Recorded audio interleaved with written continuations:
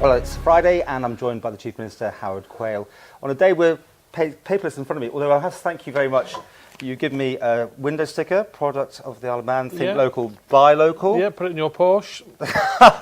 So, I mean, that's just that was following on from the other week when you were doing the new trade thing. It's the new provenance label that's been brought out to ensure that when people are buying what they think is a Manx product, it actually is, and it's encouraging people to, as I say, think local, buy local. And do people have to pay for that to have it Free? on their things? No. Oh, not like a TT thing then? You have to get a license, a license agreement that your product actually is Manx. Yeah, it's got to pass a hurdle, but do they pay as well? I don't think there's an annual fee. There might be an admin fee, but I don't know on that. But it's not designed as a money maker. It's purely designed to stop unscrupulous people selling selling something as Manx produce when it isn't. Oh yeah. By the way, I mean, are you happy with the way that TT stuff's still going? This business with the trademark infringements and going into little shops and harassing people.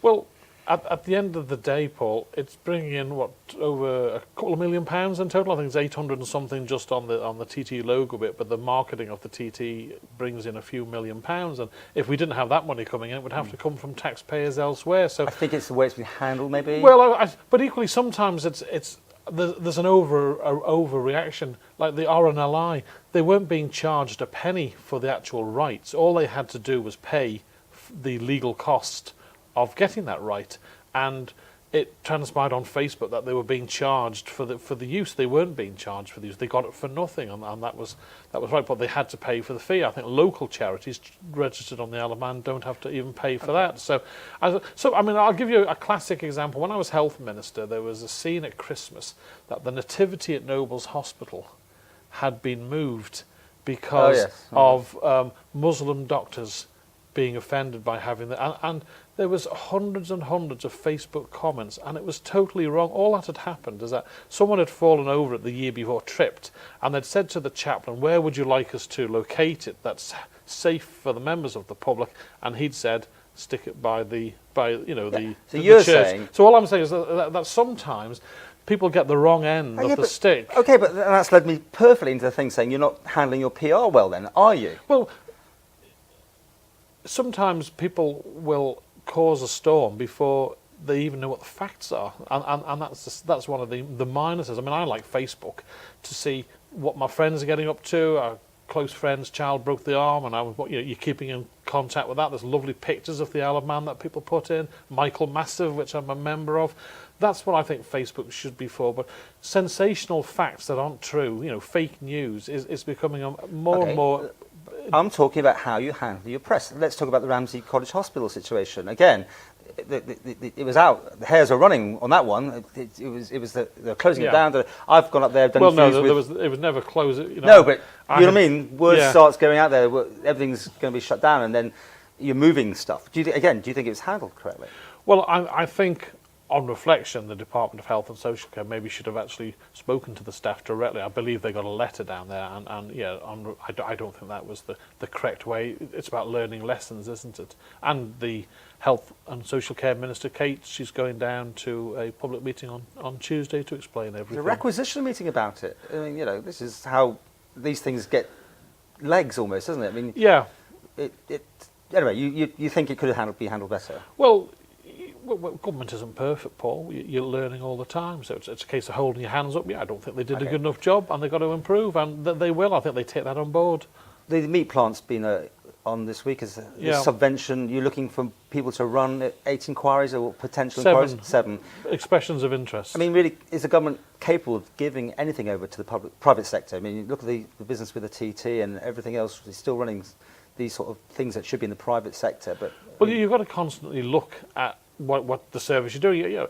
Vision 9 wasn't a success, but was it right that government should look at improving the offering? And the answer is yes. How it was handled wasn't maybe economic development's finest hour, but I'm convinced lessons will be learned from there, and changes will be made. So I think if you look at the meat plant, sadly, the size of meat plant that we've got, they've been shutting down left, right and centre throughout the UK, and in a previous life, I visited Orkney to look at their meat plant when I was president of the Farmers Union, when you were trying to compare the Isle of Man with another island situation rather than somewhere in the UK. And sadly, that meat plant has closed. So really, the best way forward is all about economies of scale. The small ones have been shutting, and it's just the bigger companies have been getting even bigger.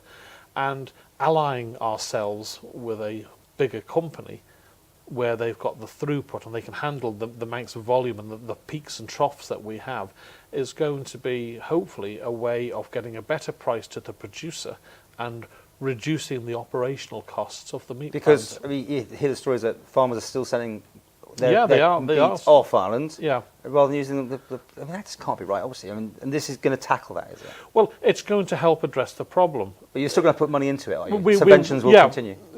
Because it's a small meat plant, the economies of scale mean that if we want to pay our farmers as close to the UK market price as the UK farmers are getting, then government will have to subvent it. However, the amount of money that government is currently having to put in is unsustainable going forward, and that's why things have come to a head, really. Another thing this week, of course, the gas price issue. This constantly comes up that this company can make 10% profits, and that's all within the thing.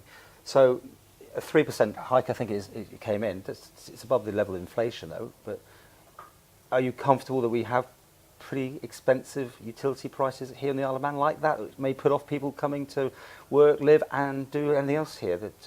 That's a burden that they shouldn't be having to look at each year, that we're paying this sort of prices.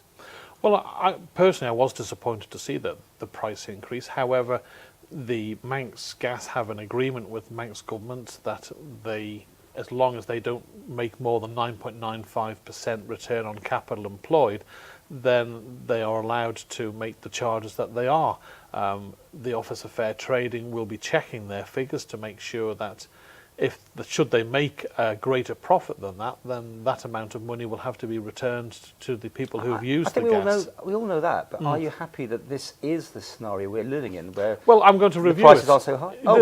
This is up for a renewal at the end of 2018, and it's in my programme for government that we need to ensure that all our facilities are as helpful for the community, the people of the Isle of Man, and the business and the economy going forward. So it's up for renewal at the end of 2018, and we will, as a government, we will be renewing the agreement. You look at all utilities. Like, I mean, in the UK now, everyone's got water meters almost.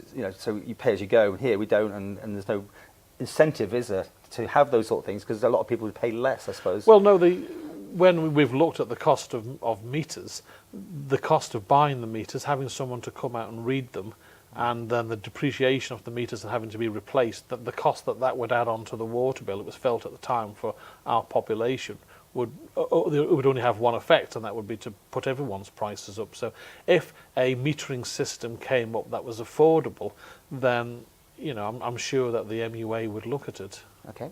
A new MLC, one that you favoured as well. Yeah, I'm glad to see Jane Paul Wilson win out the first attempt too. That there was no and it was a public vote. Yeah, that's right. Was that the big difference, to make it speedier, if nothing else, that this could have dragged on in previous years? Well, I think before I came into politics, Paul, they went for months trying to get an MLC, and at the time I felt embarrassed.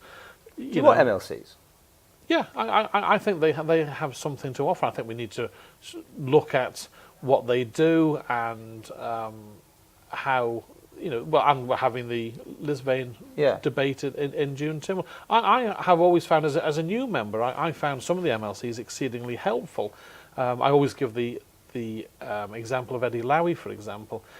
What he didn't know wasn't worth knowing about, and he knew where all the skeletons were. And when you wanted to discuss certain issues, like the MEA, when I took over as chairman of the MEA, I went to, he was the one that Paul blew the whistle on the debt at the MEA. You were able to speak to someone who had all that experience and knowledge, and therefore, and they could help you with formulating an opinion. Whereas if you don't have them, and not only that, they're going to tell you it as it is, rather than doing it because they want to get re-elected with the public or something. And do you see the route still open for MHKs to go up? I mean, do you see that as something you'd like to see? That's- And that's- would you like that yourself at some point? That's my personal view, is that MHKs should be allowed Should. to stand. I certainly don't think that they should be allowed to vote for themselves, which was the situation before, that if an MHK wanted to be an MLC, their vote Counted for themselves. That was But totally unfair. you're relaxed about the idea. Yeah, Do you fancy it one day? I mean, is it too early to say?